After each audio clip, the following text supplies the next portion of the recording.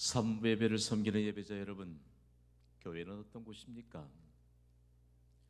교회는 어떤 곳이다라고 선뜻 대답할 수 있는 사람이 그리스도인이요 경신교회 동역자인 줄 믿습니다. 교회는 축제 현장입니다. 오늘 삼부 예배자들 가운데 축제 현장에 오셨음을 믿는 확신이 있으면 아멘을 화답하시기 바랍니다.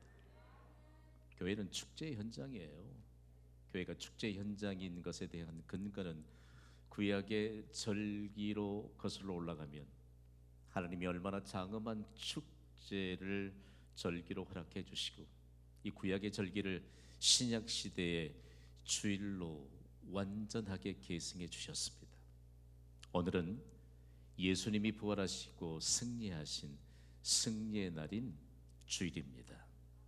이 주일이 바로 구약의 절기를 그대로 계승받은 축제의 날입니다. 오늘 축제의 날에 오신 삼부 예배자들 모두에게 하나님의 속도도 보여주실 줄 믿고 하나님의 규모대로 이루어 주신 하나님의 능력이 임하게 될 줄 믿습니다.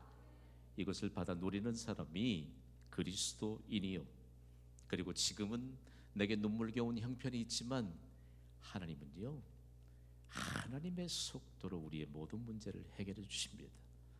하나님은 신묘막측하신 분이잖아요. 우리가 알 수 없는 비밀을 간직하고 계신 하나님이 우리가 작은 것을 구했는데 하나님의 규모대로 응답해 주십니다. 우리는 지금 어디에 와 있지요? 축제 현장에 와 있습니다. 한국 역사 가운데 한국 교회 역사는 한국이 하나님의 부요함을 따라서 복받는 그 역사와 함께 더불어서 얼마나 많은 기독교에 대한 평가를 낳았는지 모릅니다. 한국교회 부흥기 때요 믿지 않았던 우리나라 국민들이 우리나라의 대표적인 종교에 대해서 이런 평가를 내렸던 거 아세요? 힘있게 한번 읽어봐요. 시작. 유교는 초상집 같고 불교는 제사집 같으나 기독교는 잔치집 같다. 동의가 되시면 아멘 하세요. 딱 맞는 말씀이에요.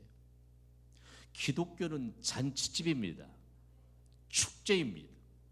오늘 이 축제를 통해서 우리가 축제로 우리를 부르시는 하나님의 역사, 구약의 절기 때 보면 하루도 아니고 7일 동안 하나님께 감사함으로 나왔습니다. 그런데 어떤 일들이 일어났느냐? 7일 동안 하나님께 감사함으로 절기를 준비하는 그 현장에서 하나님이 바라던 모든 것 다 이루어 주셨습니다.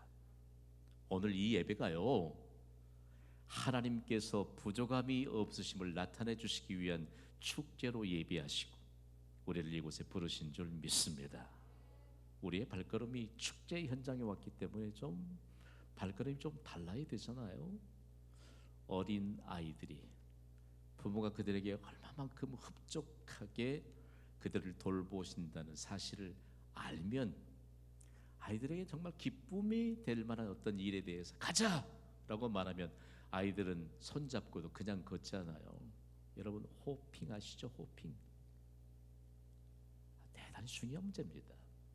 오늘 기쁨으로 축제 현장에 오신 삼부 예배자 여러분, 우리 다 함께 우리가 섬기는 경신교회가 어떤 곳인지 힘있게 선포합시다. 시작.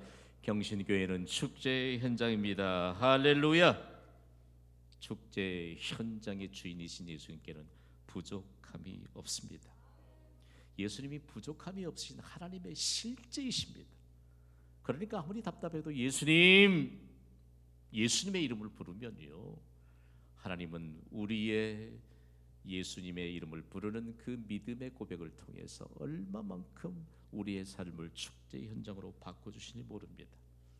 우리가 섬기는 경신교회가 축제의 현장이므로 이곳에 예배하는 모든 이들의 삶의 현장이 축제의 현장임을 믿습니다. 그렇다면 교회가 축제의 현장인 근거는 도대체 무엇일까요? 성경은 창세기부터 우리에게 교회가 왜 축제의 현장인가 그 근거를 밝히는데 교회는 하나님과 동행하기 때문입니다. 창세기부터 인물들이 등장하잖아요. 믿음의 인물들이 등장하는데 하나님과 동행했던 살아계신 하나님을 의지하는 믿음으로 인류 역사를 뒤바뀌어 놓았던 변화시킨 축복의 지역들을 등장합니다. 그 가운데 우리의 눈에 빨려 들어오는 한 사람이 있는데 다름 아닌 에녹이라고 하는 믿음의 사람입니다. 우리가 주목하면 이 사람과 함께 더불어서 일평생 동안 교회가 축복 축제의 현장인 근거를 가지고 우리가 하나님과 동행하는 영원로운 인생을 펼칠 수 있습니다. 창세기 5장 21절 24절은요 에녹 한 사람에 대한 이력서입니다. 저는 이 본문을 묵상할 때마다 에녹 한 사람의 이력서를 하나님이 이렇게 영광스럽게 기록해 놓았을까? 우리의 인생의 이력서도 에녹처럼 영광스럽게 하나님이 정리해 주시는 은혜가 임할 줄 믿습니다. 저 여러분이 한 절씩 교독할 텐데 소리 높여 읽습니다. 하나님의 말씀은 읽는 것 자체라도 능력이 나타나는 생명의 말씀입니다. 제가 21절을 먼저 읽습니다. 에녹은 65세에 무드셀라를 낳았고 무드셀라를 낳은 후 300년을 하나님과 동행하며 자녀들을 낳았으며 그는 365세를 살았더라. 에녹이 하나님과 동행하더니 하나님이 그를 데려가심으로 세상에 있지 아니하더라. 아멘. 여러분 원래 하나님이 사람을 지으실 때 에덴 동산을 두셨잖아요. 원래 우리는 죽음이라는 건 없습니다. 그런데 에덴 동산에 아담과 하와로부터 죄가 들어오고 난 이후에 즉각적으로 죄에 의해서 사람이 죽음을 맞이하게 됐습니다. 그런데 하나님이 애초에 사람을 지으시고 죽음과는 전혀 상관없는 삶을 살게 했던 삶을 누가 살았지요? 에녹이 살았습니다. 여러분 이 본문 가운데 계속 동행이라고 하는 단어가 두 번씩 거듭 등장합니다. 저는 성경을 연구하는 목사가 아닙니까? 성경을 연구하다가 가끔 얼마나 큰 충격으로 다가오는지 몰라요. 에녹이라고 하는 이름에 놀라운 하나님의 비밀이 담겨 있기 때문입니다. 에녹이라고 하는 이름에 두 가지 하나님의 비밀이 담겨 있는데 함께 선포합시다. 시작하는 자, 가르치는 자. 에녹은요 하나님을 기쁘시게 한 자의 시작입니다. 그리고 에녹은 하나님과 동행하는 믿음을 가르치는 자의 시작입니다. 여러분 그리스도인은요 하나님을 기쁘시게 한 자의 시작이었던 에녹처럼 하나님을 기쁘시게 하는 시작선상에 서야 합니다. 오늘 여러분을 좀 도전합니다. 축제 현장에 나올 때 뛰는 가슴도 없고 예배 시간이 훨씬 이거 지날 텐데 거기에 대한 경각심도 없고 오늘 이 예배에 하나님이 얼마만큼 많은 은혜를 예비하셨는지에 대한 기대감도 없고 오늘 이 예배에 나오셨다면 하나님을 기쁘시게 하는 자의 시작선상에 있었던 에녹처럼 우리의 중심이 하나님을 향할 수 있게 되기를 주님의 이름으로 축복합니다. 에녹의 이력서가 너무 영광스러운 것은요 하나님과 동행하는 믿음을 가르치는 자의 시작이었다. 에녹은 300년 동안 하나님과 동행했습니다. 우리가 동행한다고 할 때 친구가 어디 장터에 가고 친구 따라 어디 간다고 그래요? 경신교회 동역자들은 시간 나면 기도하고 시간 나면 성경만 읽으니까 그런 것도 몰라요. 친구 따라 강남 가는 것처럼 가는 게 아니고 하나님과 동행한다는 것이 도대체 어떤 의미일까? 오늘 우리가 주목해야 될 말씀은요 에녹이 하나님과 동행하더니라고 하는 말씀입니다. 구약의 원문인 히브리어도 영어 성경 NIV 버전에도 에녹이 하나님과 함께 걸었다라고 말합니다. 너무 멋지지요? 여러분 그렇다면 하나님과 함께 동행한다고 하는 말에 대해서 구체적으로 그 의미를 살펴보아야 할 것입니다. 하나님과 함께 동행했다는 것은요 하나님과 함께 같은 방향으로 걸었다는 말씀입니다. 중요한 내용입니다. 여기에는 반드시 하나님과 같은 방향으로 걸고 있는 사람들을 통해서 드러나야 될 두 가지를 전제하고 있습니다. 하나님과 같은 행동을 하는 것입니다. 그리고 하나님과 같은 생각을 하는 것입니다. 이것에 대한 구체적인 증거가 예배임을 믿으시면 아멘 하시기 바랍니다. 하나님이 우리에게 영원한 생명을 보장해 주셨잖아요. 내 안에 계시는 예수 그리스도는 하나님의 생명이기 때문에 영원한 생명입니다. 이 영원한 생명을 가진 자들이 영원한 하나님의 나라에서 영원한 생명을 누리면서 영원토록 하나님을 향해 예배하는 영광스러운 일들을 보장받았잖아요. 하나님과 같은 행동을 그리고 하나님과 같은 생각을 하게 되는 이 일치된 선상에 있는 예배자 여러분, 그러므로 예배는 하나님과 동행함으로 예배를 통해서 하나님이 해답을 주시는 줄 믿습니다. 이 말씀을 깊이 묵상하면요, 그렇구나, 하나님과 함께 동행한다는 것이 하나님과 함께 같은 방향을 향해 걷는 것이다.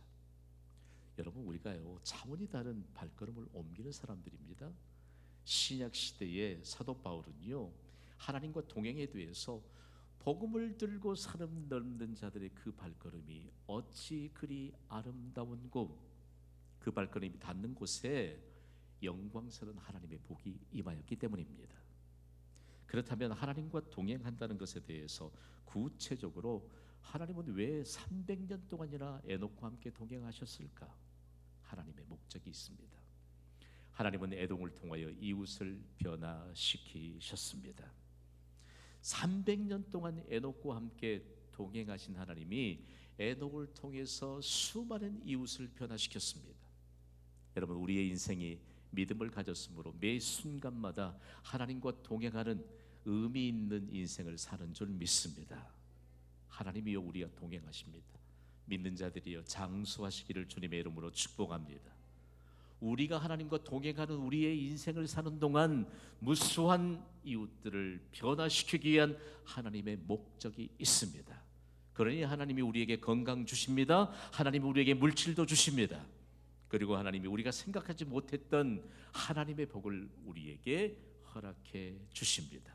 하나님과 동행한다는 이 사실, 하나님과의 동행하는 이 비밀을 아는 사람들은요, 인생이 달라요.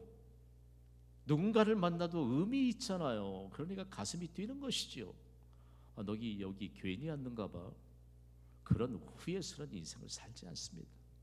여기 안 올 걸, 그건 교회 밖에 있는 사람들이 생각하는 것인지 몰라요. 여러분, 중요합니다. 우리는 지금 하나님과 동행하고 있습니다. 그러면 우리를 통해서 가족을 변화시키고 우리의 또 다른 확장된 가족인 우리의 이웃을 변화시키는 이 하나님의 목적이 우리의 삶에 담겨 있습니다. 오늘 예배 오셨는데 하나님께 예배드리러 가는 우리의 모습을 통해서 얼마나 많은 사람들이 하나님과 동행하는 우리의 발걸음을 지켜보았을까요? 알잖아요. 몇 동 몇 호에 사는 가족들은 주일이면 어김없이 하나님과 동행하는 그 증거인 예배를 향해 나아간다는 사실을 압니다. 성경은 하나님과의 동행을 어떻게 증거하고 있느냐? 가장 뚜렷하게 빨려 들어오는 그 증거를 가졌던 사람들이 다윗의 시대에 찬양하는 사람들로 구별하여 세움을 받았던 아삽의 가족들입니다. 그리고 헤만의 가족들입니다. 여러분, 우리의 가문이 영적인 가문으로 세워지기를 바랍니다. 영어권에 가면요, 이 두 가문에 대한 사모함이 많습니다. 아삽스 패밀리, 헤만스 패밀리. 아삽과 헤만의 가족들처럼 하나님의 이름을 높이며 자손 대대로 영적인 가문을 세울 수 있는 것은 크나큰 축복이죠. 이들을 통해서 하나님이 찬양의 가사를 담아주셨는데 시편 73편 28절이에요. 우리 기쁨의 노래를 부르듯이 함께 읽습니다. 시작. 하나님께 가까이함이 내게 복이라. 내가 주 여호와를 나의 피난처로 삼아 주의 모든 행적을 전파리이다. 아멘. 우리 인생의 최대의 관건은 하나님과 가까워지는 것입니다. 하나님과 동행하니까 하나님과 가까워질 수밖에 없는 것이지요. 하나님께 가까이함이 내게 복이라고 말씀합니다. 그런데 신약 성경인 히브리서 11장은요 5절을 통해서 창세기에 하나님이 에녹이라고 하는 한 사람의 이력서를 그대로 기록해 두셨는데 여기에 합당하게 이렇게 재해석해서 기록하고 있거든요. 읽습니다. 시작. 믿음으로 에녹은 죽음을 보지 않고 옮겨졌으니 하나님이 그를 옮기심으로 다시 보이지 아니하였느니라. 그는 옮겨지기 전에 하나님을 기쁘시게 하는 자라 하는 증거를 받았느니라. 아멘. 하나님이 우리 모두에게 주시는 메시지입니다. 여러분, 영원한 생명력 하나님의 생명이신 예수 그리스도가 내 안에 계심을 믿습니까? 그러면 영원한 즐거움과 생명을 누릴 수 있는 천국으로 하나님이 옮겨 주실 줄 믿습니까? 이 진리를 아는데 말이에요. 감기만 걸려도 경기를 하시는 분들이 계셔. 감사하세요. 하나님이 그거 능히 고쳐주실 줄 믿습니다. 고쳐주세요. 조그만 일만 생겨도 하나님 앞에 가까이 갈 생각은커녕 멀리 다른 길을 향해 가려고 해. 여러분, 모든 문제 해결자는 하나님이십니다. 하나님을 가까이함이 내게 복이라고 하는 이 노래를 불렀던 아삽의 자손들, 저는요 오늘 예배를 준비하면서 일주일 내내 가을 새벽 부흥회와 함께 여러분과 함께 기도의 씨앗을 많이 심었잖아요.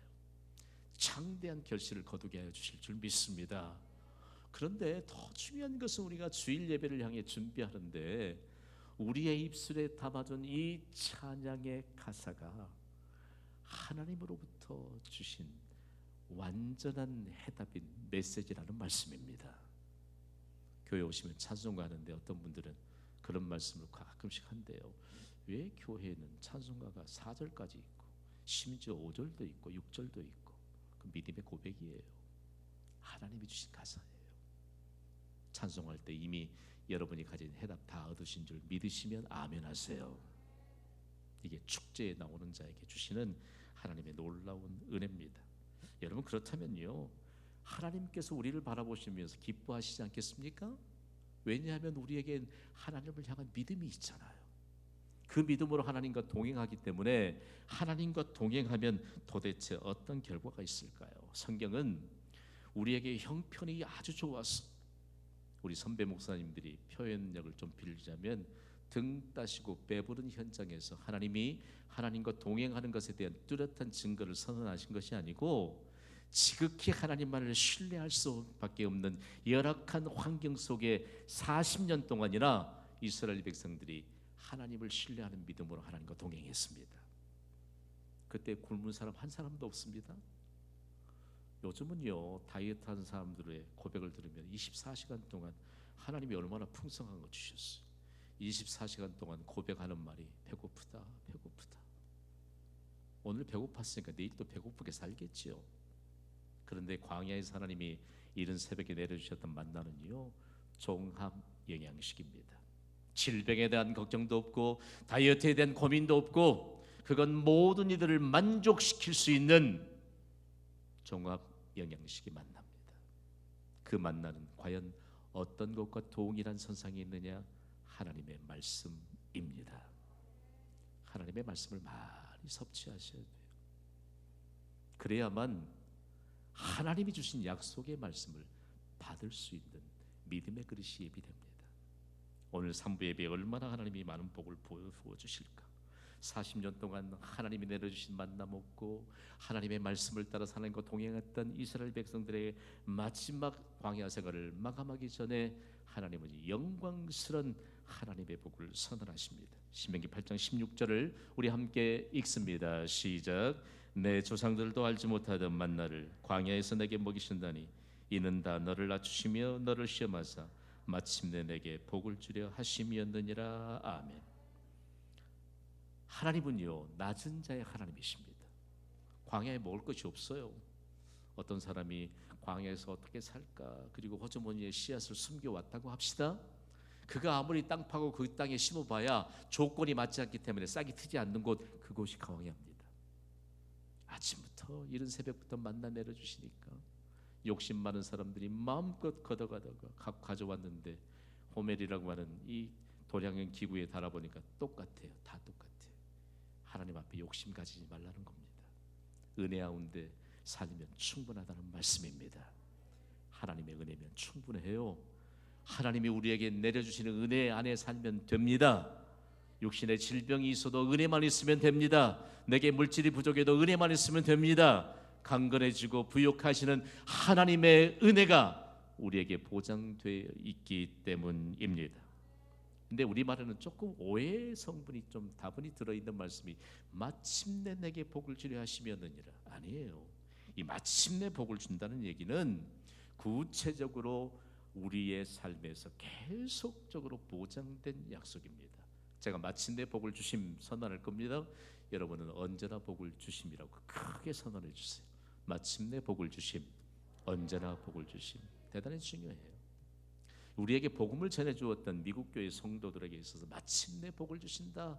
Always blessing. 하나님은요 우리에게 복을 처음부터 약속하셨습니다. 그리고 그 약속에 대한 확증으로 선언하셨습니다. 하나님이 선언하는 일에는 한 치의 착오도 없이 믿음을 따라서 이루어지는 줄 믿습니다. 우리가 이 사실을 몰라요. 여러분에게 한 50억쯤 다 가지고 계실까요? 어떻든지 지금 우리가 헤아리는 그 물질보다 하나님이 믿음을 따라서 부어주실 것이 더 크다는 사실을 믿으시면 아멘 하시기 바랍니다. 하나님은 물질의 주관자세요. 주관자세요. 그래서 이거를 그리스도 안에 감추어 놓았는데 캐낼 만한 믿음이 없는 것이지요. 하나님은 언제나 복을 주세요. 믿음으로 하나님을 기쁘시게 했던 에녹처럼 믿음으로 하나님과 동행하면 하나님이 언제나 복을 주십니다. 다음으로 교회가 축제 현장인 근거는요 행복과 동행하기 때문입니다. 우리가 참 오해하고 있는 단어 하나가 행복입니다. 행복은요 하나님과 동행하는 자에게 주신 증거물인데 행복은 하나님이 주신 복을 누리는으로 증명되어야 합니다. 어떤 분들은 건강 주셔도 누리지도 못해요. 어떤 분들은 물질을 주셔도 누리지도 못해요. 성경이 하나님이 우리에게 복을 선언하셨는데 이것을 축복이라고 우리는 표현합니다. 영어로 옮기면 blessing이에요. 그런데 이 축복이 무엇으로 증명이 되느냐?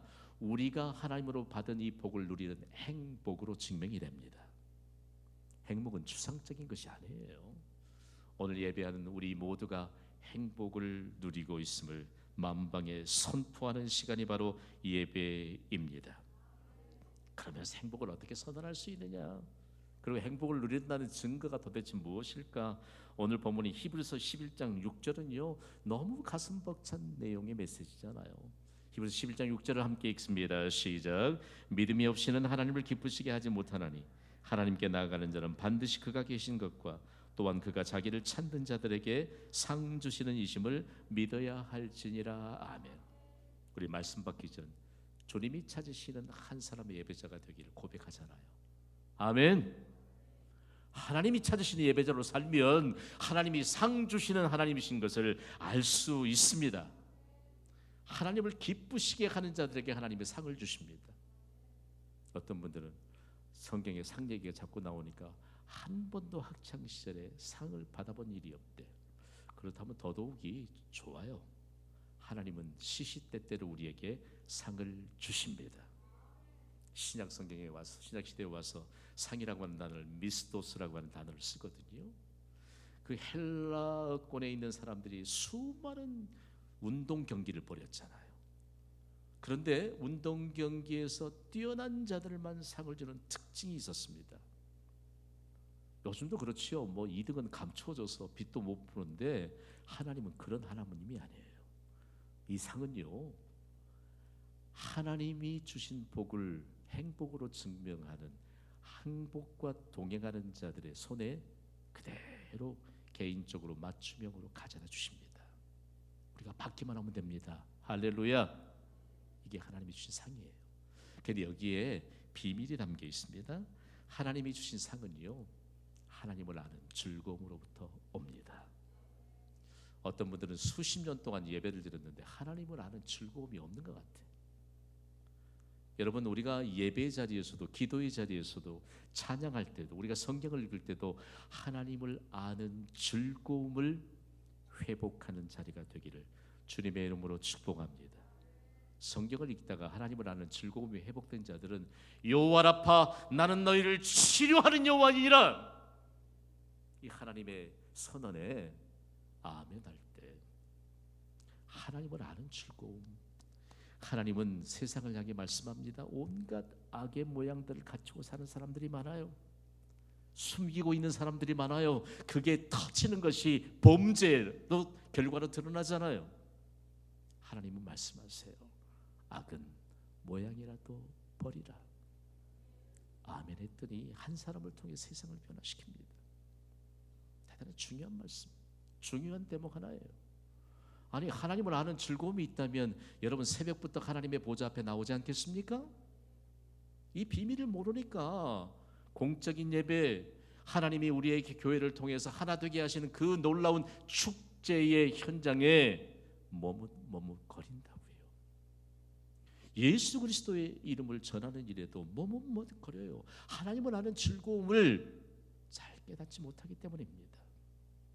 오늘 이 예배 하나님을 아는 즐거움이 회복되는 하나님의 역사가 이미 임한 줄 믿습니다. 행복이라고 하는 말에 대해서 여러 언어권에서 연구도 많이 했더라고요. 저도 연구 많이 했습니다. 성경을 통해서. 중요한 것은 우리에게 복음을 전해주었던 청교도들은 행복을 명확하게 해석했습니다. 행복은 하나님과 동행하는 비밀로부터 옵니다. 내가 하나님과 동행하니까 행복과 동행하도록 하나님이 내게 복 주실 줄 믿습니다. 그러니까 그 먼 길을 향해서도 예배의 장소에 나갔던 겁니다. 예배를 들을 수 없는 사람들이 깊은 산골에 있을 때 여러분 미대력이 방대하다는 것 좀 여러분 아시잖아요. 그들은 천막을 치고 한 지역을 거점 삼아서 거기에서 일주일 동안을 성경에 근거해서 예배를 주관하고 하나님의 말씀을 선포하고 하나님의 말씀을 심었습니다. 그것이 미대륙 개척의 중요한 축복의 근거가 되었습니다. 오늘 하나님께 나오는데 거리꼈던 일들은 무엇입니까 여러분? 다음 주일이면 여러분 축제 현장에 두 손 들고 기쁨으로 화로성을 지르며 이곳에 나오게 되기를 간절히 소망합니다. 이 믿음이 하나님을 기쁘시게 한다니까요. 이 믿음이 하나님을 기쁘시게 하니까 하늘의 아름다운 보고를 열어주십니다. 하나님의 속도도 보게 하시고 하나님의 규모도 보게 하시고 이제 우리는 입술에 담아주셨어요. 한 주간 동안 하나님의 속도, 하나님의 규모, 우리의 일평생 동안 우리의 하나님을 기쁘시게 하는 믿음을 통해서 하나님과 동행하는 비밀로부터 오는 이 행복, 우리는 행복과 동행하는 사람들입니다. 사실 성경은요 이 내용들을 얼마나 빼곡하게 기록하고 있는지 몰라요. 여전히 광야에는 뜨거운 햇빛이 내려집니다. 그런데 하나님이 구름 기둥을 움직이시면 이동해야 돼요. 좀 잠도 더 자고 싶은데 아니요, 하나님이 구름 기둥을 움직이면 일제히 이동해야 됩니다. 아니 주일인데 오늘 조금 부족한 수면 좀 취하고 싶은데 아니요, 일제히 구름 기둥을 따라 이동했습니다. 그것이 광야입니다. 그런데 뜨거운 햇빛 얼마나 뜨거울고 이마 벗겨지겠네, 이런 걱정을 하는 사람들에게 시원한 그늘막을 하나님이 예비해 주십니다. 그리고 온도를 얼마나 적당하게 맞춰주시는지. 그러나 길을 걷다 보면 광야에는 작은 돌멩이만 있어서 발뿌리에 채일 뿐입니다. 그곳에서요 행복을 보장해 주는 메시지를 선언하셨어요. 우리 신명기 33장 29절 우리 함께 읽습니다. 시작. 이스라엘이여 너는 행복한 사람이로다. 여호와의 구원을 너같이 얻은 백성이 누구냐? 그는 너를 돕는 방패시요 내 영광의 칼이시로다. 내 대적이 내게 복종하리니 내가 그들의 높은 곳을 밟으리로다. 아멘. 제가 경험했던 광야입니다. 없어요. 뜨거운 햇빛, 발뿌리에 채일 만한 돌멩이밖에 없어요. 그러나 이스라엘이여 너는 행복한 사람이로다. 오늘날 구원받아 하나님의 자녀로 사는 우리 모두가 함께 진정으로 하나님이 복을 선언받게 하신 이스라엘입니다.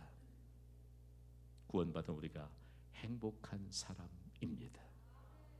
축제 현장에 오셨잖아요. 하나님이 못하실 일이 어디 있습니까?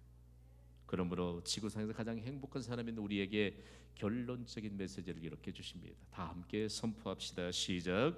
하나님과 동행하라. 행복과 동행하라.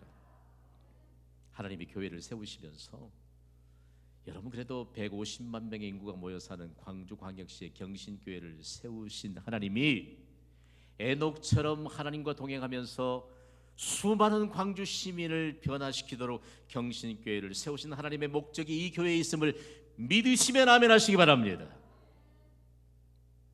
우리에게는 하나님의 목적이 담겨 있어요. 교회 설립 17주년을 맞이하면서 위드 코로나 시대에 진입하면서 위드 지저스를 선포한 너무너무 하나님 보시기에 기뻐할 만한 경신교회 주신 축복의 선물이 하나 있지요. 다 함께 선포해봐요. 시작. 전교인이 함께하는 한마음 축제, 광주 시민이 함께하는 블레싱 광주. 여러분, 광주 광역시에 이런 편리한 시설이 있었으면 참 좋겠다는 그런 마음이 불릴 듯 몇 년 전부터 일어났습니다. 근데 화순군의 화순읍에 전 세대가 함께 예배할 수 있는 그 방대한 곳을 예배해 주셨는데 10월 9일 한마음 축제 날은 주일이에요. 맞죠? 토요일도 아니고 월요일도 아니고 주일이에요. 하나님께 드리는 예배의 날이에요. 예배 장소를 경신교회 예배센터에서 지금 이 시간에도 다음 세대들은 사역센터에서 예배를 드리고 있는데 한 자리에 모여서 화순 한의움 스포츠센터 실내체육관에서 예배를 드립니다. 예배 장소를 옮기는 날이에요. 여러분, 주일의 우선순위는 하나님과 동행하는 사람들의 우선순위는 하나님께 드리는 예배인 줄 믿습니다. 여기는 전 세대가 함께 모여서 하나님의 영광을 찬양하고 예배드리기에 최적의 장소예요. 그동안 코로나로서 지쳐있는 경신교회 동역자들과 광주 시민들을 하나님이 초대하시고 이곳에서 예배 이후에 체육대회와 그리고 함께 어우러질 수 있는 교제 선상에서 얼마나 하나님이 흡족한 은혜를 누려서 우리에게 행복과 동행하게 하시는 현장인지 몰라요. 실내 공간을 보면요, 너무 방대하고 그 마련된 스탠드를 바라보기만 해도 얼마만큼 우리가 생각지도 못한 도전을 갖게 됩니다. 아마 이번 10월 9일 날 이곳을 경험하면 목사님 3,300 비전 바꿉시다. 33,000 비전으로 바꾸기를 주님의 이름으로 축복합니다. 우리에게는 열린 시각이 있어야 돼요. 전 세대가 함께 모여서 한마당을 이룰 수 있고 광주 시민을 초대하는 일에 대해서 우리가 어떤 자세로 임해야 될 것인가. 그런데요, 이 날이 무슨 한글날과 겹친 연휴라고 하는 생각을 먼저 하는 분들이 계실지 몰라요. 잘 들어보세요. 지금 지구별로 단톡방이 개설이 되어 있잖아요. 제가 어떤 지구의 단톡장을 보다가 너무 충격을 받고 감사했어요. 지구원들이 지구장에 이 전달된 메시지를 따서 계속 올려요. 계속 올려. 한 가족이 4사람인데 3사람만 창상한다고 이름을 올렸더라고요. 보니까 큰 아들은 지금 군 복무 중에 있습니다. 못 오잖아요. 근데 가족 셋이 다 참여하겠다고 하는 메시지를 전달하고 쭉 올라갑니다. 너무 가슴이 뛰어요. 사실 지난 가을 새벽 부흥회 하기 전엔 어쩌지 그런 조바심이 좀 있었습니다. 제게도 솔직한 심정으로. 그러나 가을 새벽 부흥회 한 주간 하고 났더니 얼마나 제가 배포가 두둑했는지 몰라요. 하나님은 보이지 않는 손길로 역사하시는 줄 믿습니다. 우리 공통 기도 제목으로 함께 읽으면서 기도했는데 다음 세대인 주일학교에서 올라온 기도 제목을 따라 기도하다가 마음이 깨진 겁니다. 주일학교 학생들이요, 10월 9일이 총출석 주일이 되게 하여 주시옵소서. 10월 9일이 초청 주일이 되게 하여 주시옵소서. 우리 다음 세대인 주일학생들이 이렇게 기도하니 어디 다른 계획을 했던 성도들이 그 마음이 안 깨지겠습니까, 여러분? 저는 얼마나 감사한지 몰라요. 하나님은 우리에게 행복과 동행하도록 복 주시는 하나님이신 줄 믿습니다. 그 어떤 일보다 귀중한 것이 우리에게 이 예배센터보다도 훨씬 더 큰 예배 장소를 주시기 위한 하나님의 앞선 부르심이지 않겠습니까? 대단히 중요한 문제입니다. 우리가 그동안 어떤 상황에 제약을 받으면서 사실상 다음 세대인 청소년들의 체육시설을 이 건물에 담아내고 싶었습니다. 그런데 주변에 학교가 있기 때문에 층수의 제한을 받았어요. 그러니까 그 시설을 못 갖춘 거죠. 여러분, 오늘 우리에게 주신 이 말씀 메시지가 우리의 작은 결정과 그리고 하나님의 목적과 함께 부응하다면 하나님과 동행하는 인생, 행복과 동행하는 인생으로 영광스럽게 우리의 인생을 펼치면서 에녹처럼 하나님이 우리의 인생의 이력서를 영광스럽게 단장시켜 주시는 은혜가 임할 줄 믿습니다. 이 은혜가 우리 모두에게 우리의 자손 대대로 임하게 되기를 주님의 이름으로 축원합니다.